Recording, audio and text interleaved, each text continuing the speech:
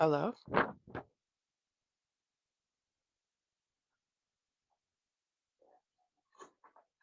Hello? Mine is on, it is not on. It's a power button at the back. Hello? Mine is on, it is not on. It's a power button at the back. Hello? Mine is on, it is not on. It's a power button at the back. Can you hear me? Check, check.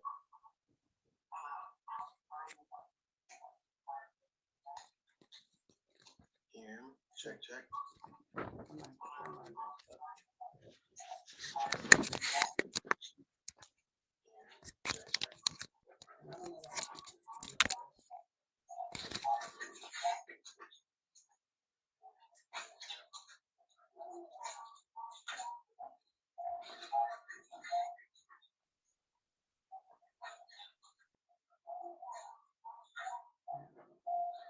Hmm? I don't know why it's ringing on anyways.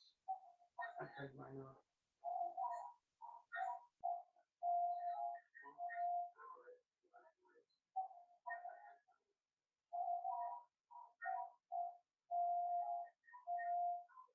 Is it my speaker?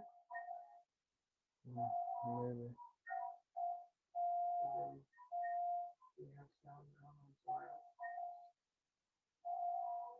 Even if I turn my sound down, it doesn't mean that, it will stop.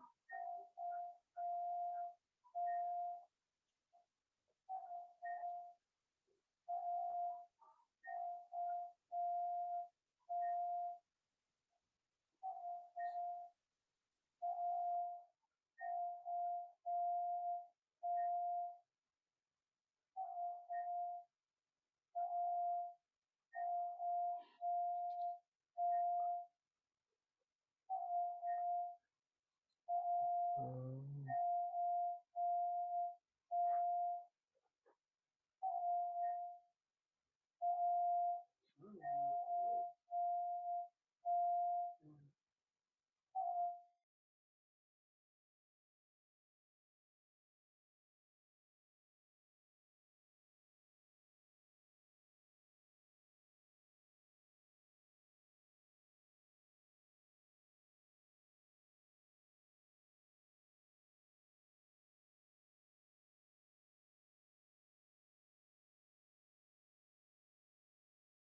if I call.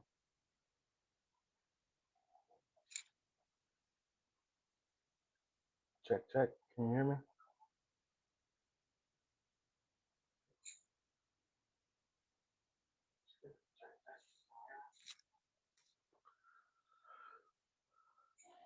Okay, perfect.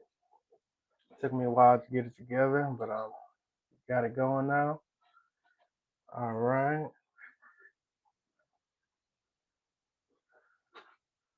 So I wanted to do a quick Q&A for anybody that may be curious about hypnotherapy, past life regression, that might have any type of questions or just, even just to have a conversation about the subject within hypnotherapy, spiritualized spirituality, anything regarding that field.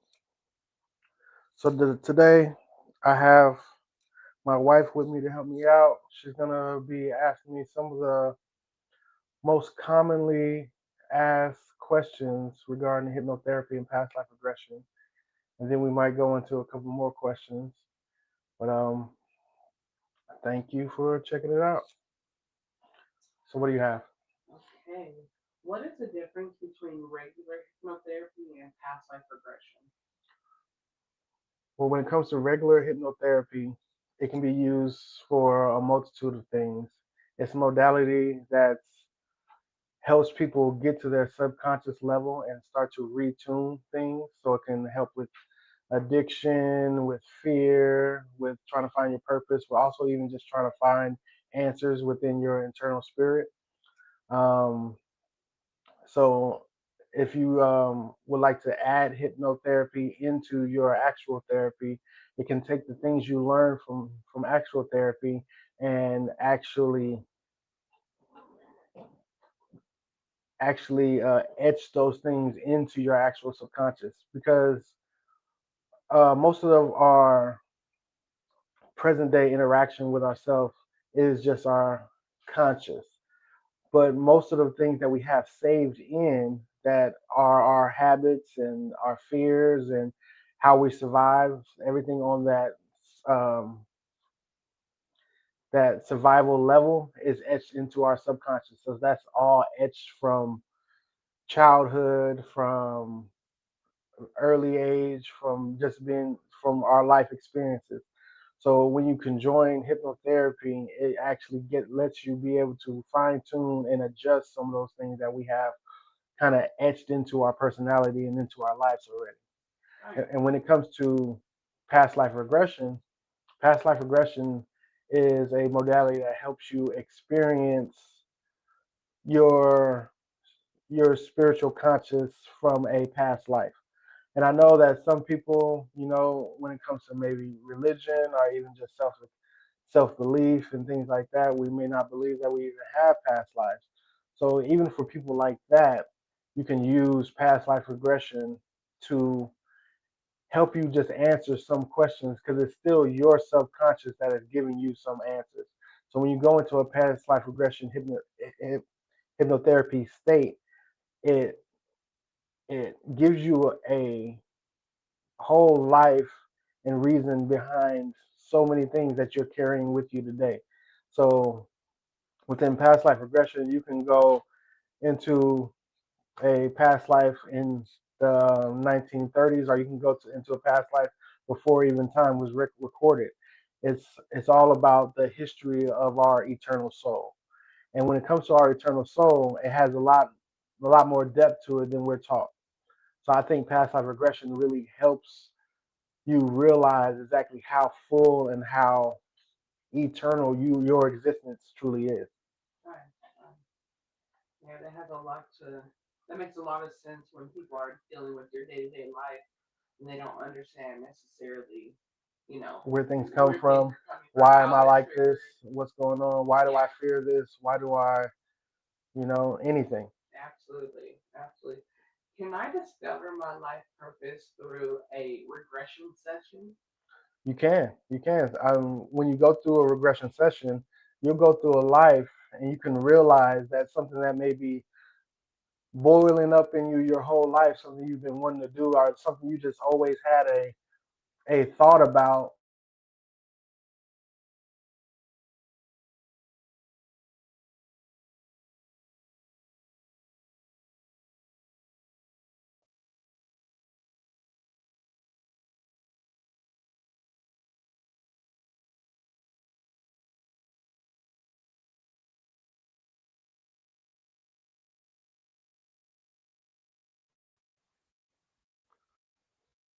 I'll be back now.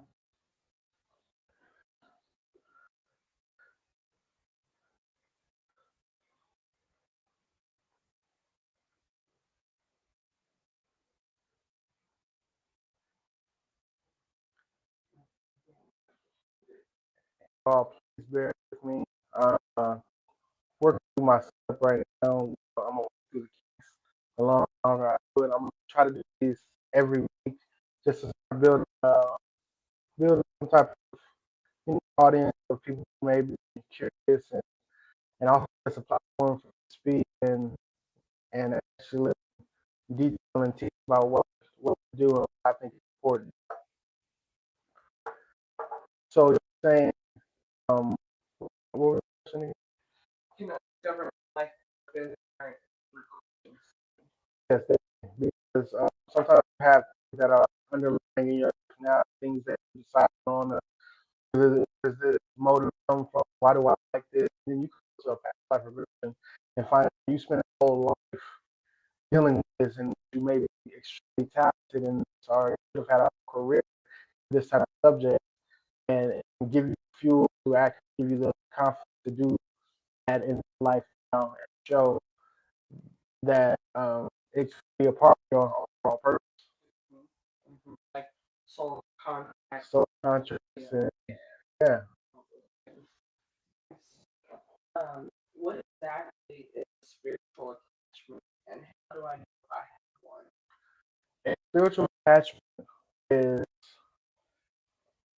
it gets tricky because spiritual attachment is a process of an external spirit, a spirit that could be on earth or in our realm that has attached to you being at a low vibration and depressive state or a state of high fear, and it can attach to your body and kind of sucking away your soul, and it can start changing, motivating you to do different things, demotivating you doing the things you love. And I don't think people realize that our world is a very spiritual place. And when it comes to attachment, we have so many things attached to our body that is leeching up our soul force that we have to start being aware that's even possible. So a spiritual attachment is somebody else's soul spirit attaching to your body to fuel their life existence. They don't have to pass on to the next phase like as you should. Yeah. Can a person's energy vibe actually be trained by someone else's uh, act like an energy vampire? And that's kind of exactly one when you're speaking with attachments, you will defend your energy just like energy required. Also, even externally in the world, you can run into people that are energy vampires that will really feed energy that provide. Some of us provide beautiful energy, to provide motivated, powerful energy, and some people are invested and they use your energy to add on and give them motivation and so on. So you definitely have it spiritually and physically. Yeah, for sure. A lot of people don't even understand how it gets when it comes to energy vampires because it sounds like such far off and in Yeah. actuality, your parents and energy vampire, your sister, Your your spouse, whatever the case, there's so many different ways when a person is out of love and they don't realize like you are not operating at your high self. Yeah, even when you think of it, a lot of times when it comes to therapy, or when people search out for you for answers, Yeah. search out for you for just, oh, you got a good vibe, need to come be around you. It might not be something they're doing intentionally, but they're at a post that they're going to do something. They see your energy as something they won't tap into. That's what they're doing. It's sucking your energy away from you. That's why something you can go out and go to the club, go somewhere, and you just feel spiritually exhausted. You just feel like something's taking away your motivation, your drive to be in the moment. So it can happen anywhere. It can be within. Okay.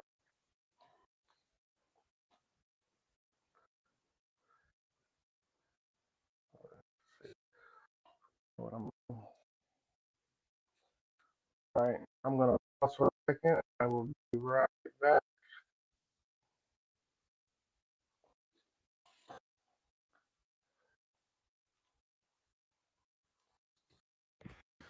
This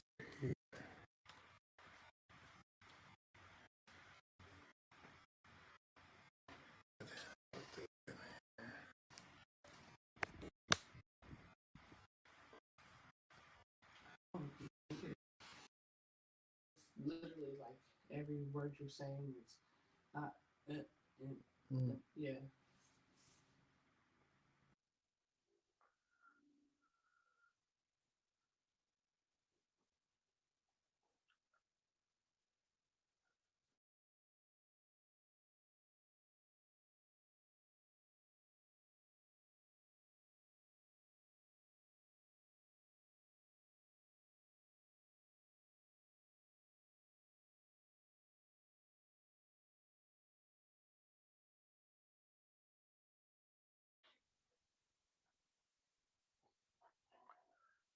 all right.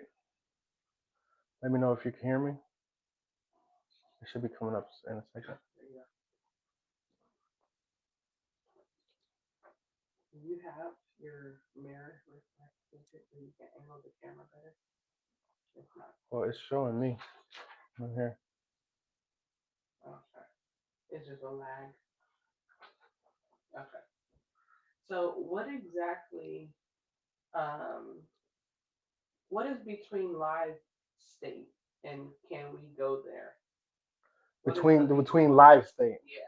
So that's a state that you can visit when you're in between your present life and your past life, and that's a lot of times when we do the things like signing our spiritual contract, or creating our soul contract, and that's the process of going into a hypnotic state and experiencing what all you were going through before you actually incepted into this current life here.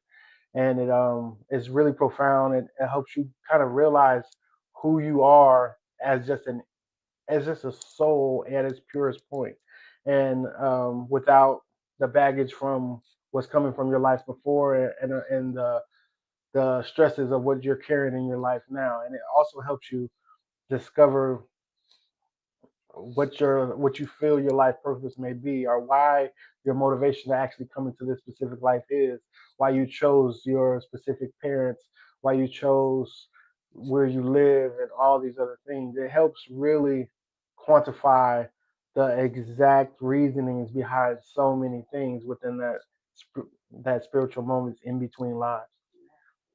Um, are you on live on others on other platforms Hmm. like TikTok?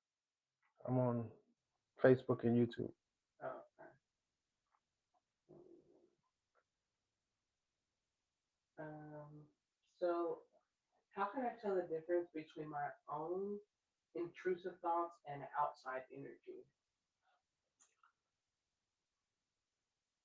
Well, with that, I believe you have to do the internal kind of work on yourself to find that internal trust in yourself and discover your actual true vibration. What do you know is true to you? Sometimes we can get used to outside energies and attachments for so long that deciphering between the one and the other can be very difficult.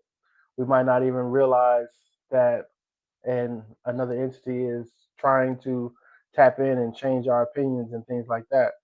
So it really takes you to start really discovering who are you beyond just your day-to-day stresses and all these other things. Who were you from the core? What feels right? What feels honest? What feels like something you can trust?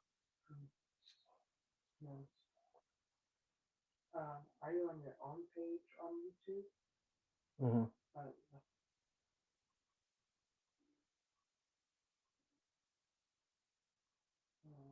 and that's Third Eye Vibes.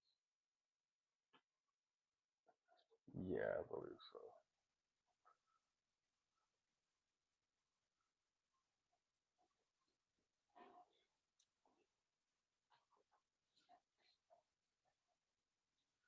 Um, what role does human design play in how I manifest or interact with the world?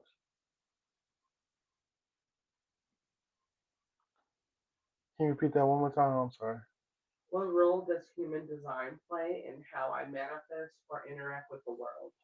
But human design is kind of it's like if you were to see your life and your existence as like a computer program or anything like that, it gives you the specifics on who and why and what you're doing here specifically, and why you do the things you do. Human design can really specify what type of person you are. How do you like to learn things? How do you like to manifest? How do you like to work? How do you like to live? What type of people do you like around you? What type of energy makes you feel comfortable? What type of where does the motivation come, and why does it exist? And human design is really powerful when it comes to tapping into the whys we have as a human being. Right. Do I need to have a specific problem to solve, or can I just do sessions out of curiosity? Definitely. When it comes to even hypnotherapy or past life regression, you can do hypnotherapy when it comes to just, finding, helping yourself center yourself, helping yourself get into a more powerful meditative state, finding more trust into your state of consciousness. And when it comes to past life regression, you can even look at it as just an adventure at times, just to discover who you were and where you could have come from and why things may exist. It doesn't always have to be an issue you're dealing with or a question you're trying to answer. I believe that self discovery in all is a beautiful thing. And the more we can find out about ourselves, the more peace we can be at with our self state as it is. All right. Can children undergo past life regression, or is it just adults? No, children can also experience it too. They can I believe children, it might even be even an easier process because when it comes to getting all of that noise out of our way, and children are very tapped into their imaginations, they're tapped into their eternal self. So they still very much use that mind's eye a lot more than we do. Sometimes we're so stuck into the physical world that it takes us a little while just to tap into our mind's eye and start to give it the power that we need.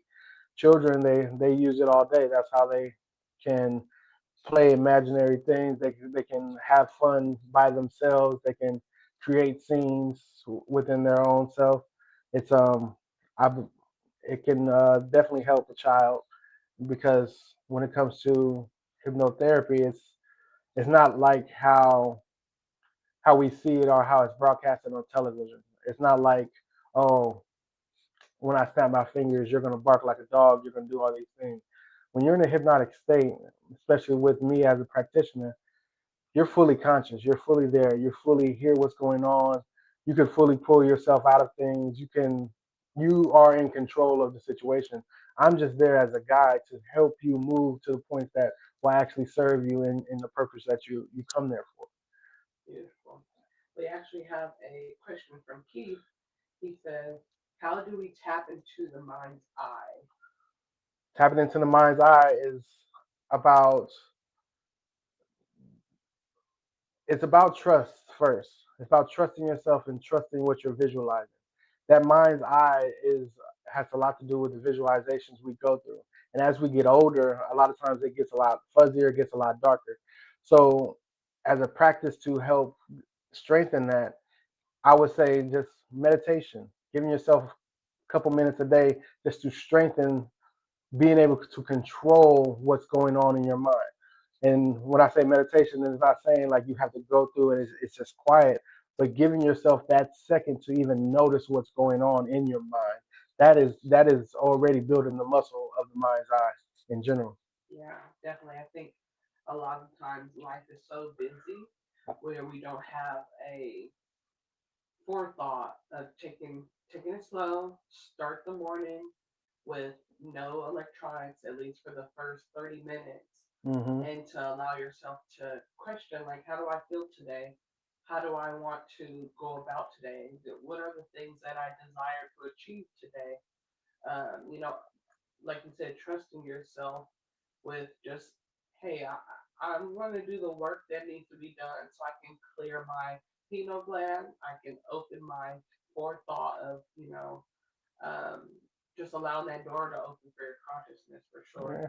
And the thing is, we got to realize how much we're in autopilot for the majority of our consciousness. Yeah, We wake up, we go to work, we do what we got to do, we experience the things, we we just go through what we go through. That meditation is just all about giving yourself a second to exist in just that present moment, absolutely. not to have to give it to your thoughts, your worries, your stresses, your fears, your excitements, and all these things. It's just giving yourself a second to give strength to your mind. Keith also asked, what are some ways you meditate? You should start with what you like to do. Uh, I like to meditate a lot of times when I'll take a bath. I'll, you know, and I think that really helps me a lot because it's already a calming experience. So when you take a take a moment to yourself, you just sit, close your eyes, You just concentrate on your breathing. It can happen anywhere. A lot of times, sometimes we can even have conscious state where we're in the meditative uh, moment. Like even sometimes when people are driving, you can be driving and you'll be like, damn, how did I even get here? I didn't even realize I pulled off of the freeway yet. Your mind is in an autopilot meditative state. If we start to be intentional about those things, be intentional about those moments when we can actually cut off a lot of the outside noise, you're already putting yourself in a meditative state. Absolutely, absolutely. I think a lot of times people also don't realize your flow state is also your meditative state. So for me personally, my flow state is cooking, Just being in the cooking. kitchen.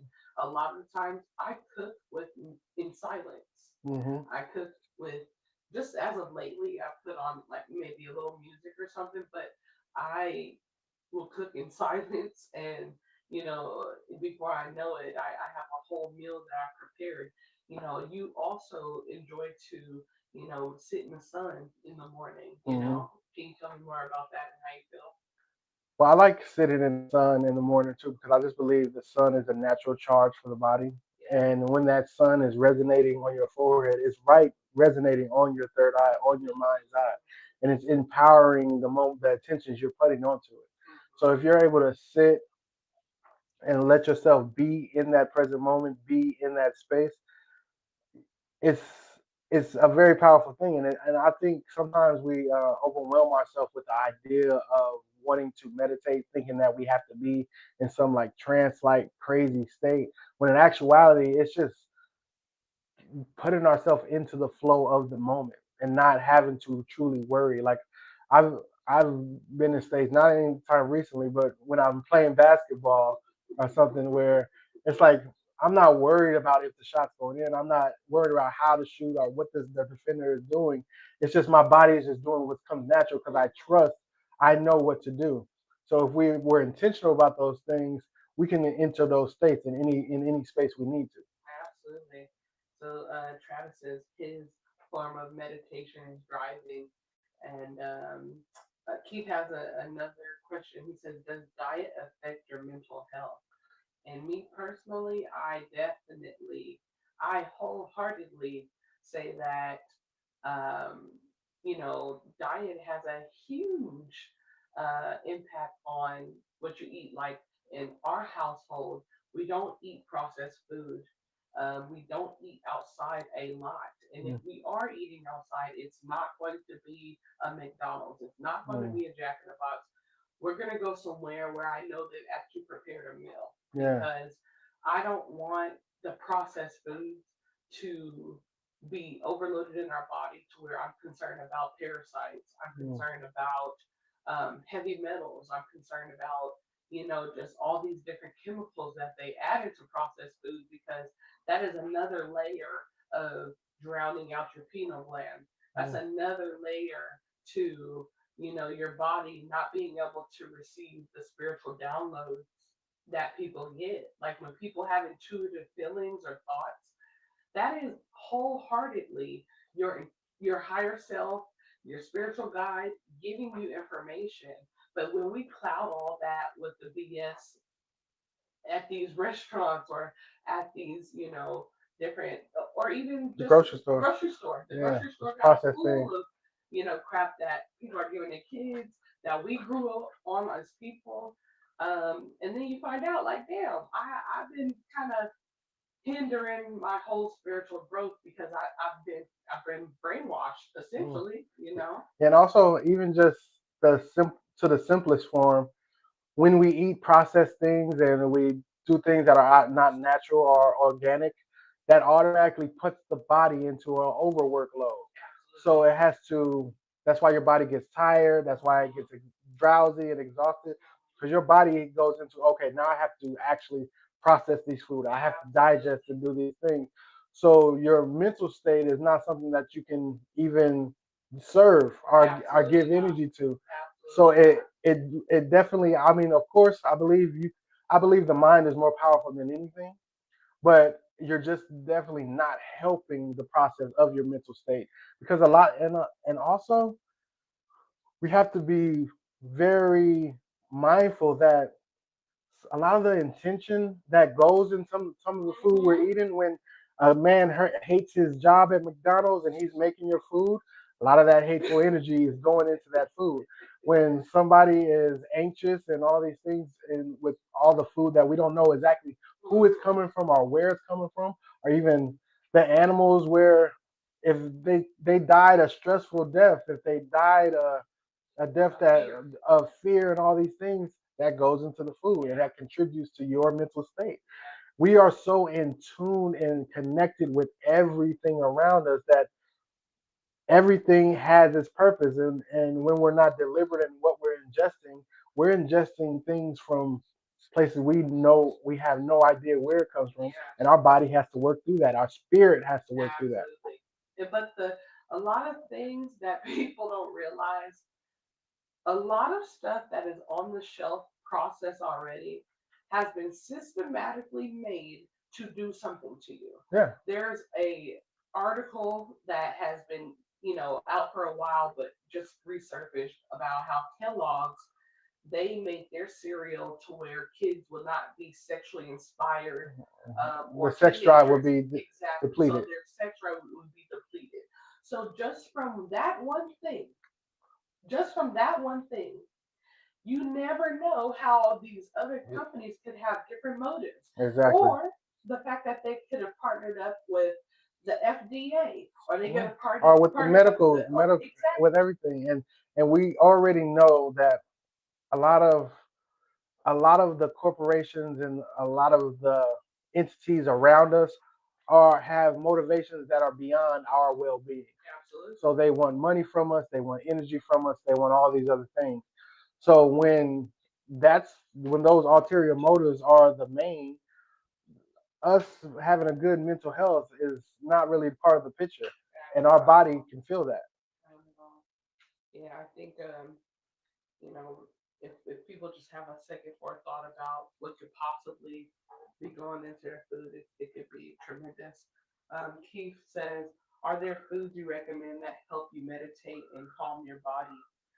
Um, well, me personally, I'm gonna say to try to do either a fruit fast or a vegetable fast. Chris and I and my brother, we do maybe 2 or 3 fasts a year, and just off of that, you can see some difference on. Hey, I feel look now. Don't get me wrong. The first couple of days, you may be a little angry.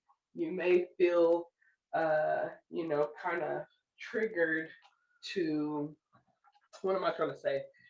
To eat food. You may feel like, oh man, I can't handle this. But if you try to stay as long as possible in at least a 72-hour fast, you can see a world of difference. This is about to die. But you also what really helps me a lot is teas, Oh yeah, herbal teas. absolutely, You got Blue Lotus. You absolutely. got so many different things that just help rejuvenate your Lavender. eternal. Lavender help calm you down, help get you to a good mental space. Hmm. Like if you get a blue lavender, chamomile, and some Blue Lotus, Mocha.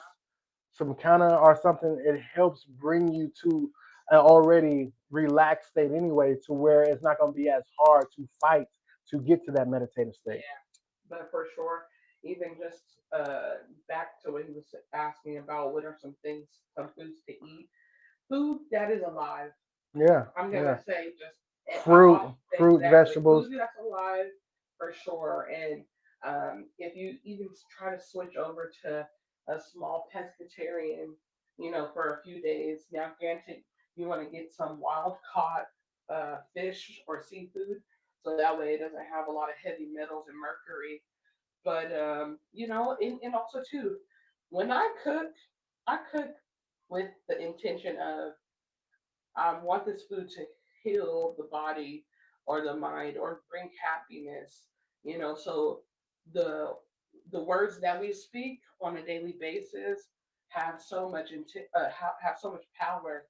So even when it goes back to what Chris was saying, like the angry person at McDonald's making your food, it's like talk to your food, command your food to do what you want it to do. It sounds crazy, but we are all living things in a living experience. So if you know, tell even talk to your water. There's science behind talking to your water and saying, "Hey, I command this water to nourish my mind, my body, or I command this water to bring more happiness into my life." You know, you can do that in the shower too. You know, there's so many different ways that you can actually open up uh like a higher frequency, you know. So yeah. Yeah.